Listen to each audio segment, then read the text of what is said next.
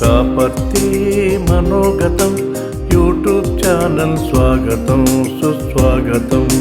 స్వాపర్తి మనోగతం YouTube channel స్వాగతం సుస్వాగతం. మాజీ ఆర్థిక కార్యదర్శి, ఆర్థిక రంగ నిపుణుడు అరవింద్ సుబ్రహ్మణ్యన్ మీడియాతో మాట్లాడుతూ విద్యుత్ విషయంలో భారతదేశం సరైన మార్గంలో పోవడం లేదు. ముఖ్యంగా అనేక రాష్ట్రాలు ముఖ్యంగా సౌత్ స్టేట్స్ అవి కంపారిటివ్గా నార్త్తో పోల్చుకుంటే సంపన్నమైనవి. వారికి ఉచితంగా విద్యుత్ని ఇస్తున్నారు, ఇది తప్పు. అంటే నిజంగా పేదరికంతో బాధపడే వారికి ఉచితంగా విద్యుత్ ఇచ్చినా పర్వాలేదు, కానీ ఆర్థికంగా బాగా అభివృద్ధి చెందిన వారు కూడా ఈ ఫలితాలను అందుకుంటున్నారు, ఎంజాయ్ చేస్తున్నారు. దీనివల్ల డిస్కామ్లు చాలా అప్పుల్లో పడుతున్నాయి.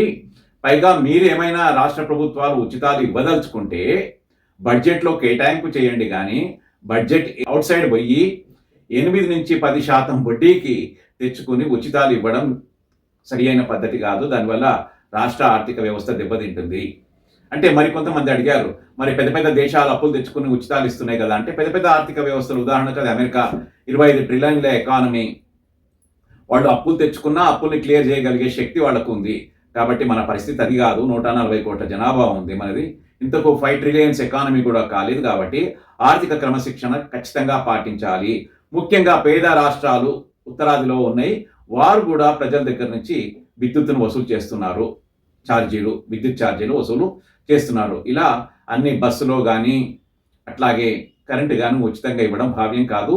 ముఖ్యంగా మెల్లమెల్లగా అప్పుల ఊబిలో దిగిపోతే మళ్ళా మనం రివైవ్ కావడం చాలా కష్టము. తస్మాత్ జాగ్రత్త పక్కనే చెప్పాడు ఆర్థిక రంగ నిపుణుడు సుబ్రహ్మణ్యన్. ఫ్రెండ్స్, నిజంగా ఈ కాంటెంట్ మీకు నచ్చితే లైక్ చేయండి, బంధుమిత్రులకు షేర్ చేయండి, సబ్స్క్రైబ్ చేసుకోకపోతే చేసుకోమని చెప్పండి. జై హింద్.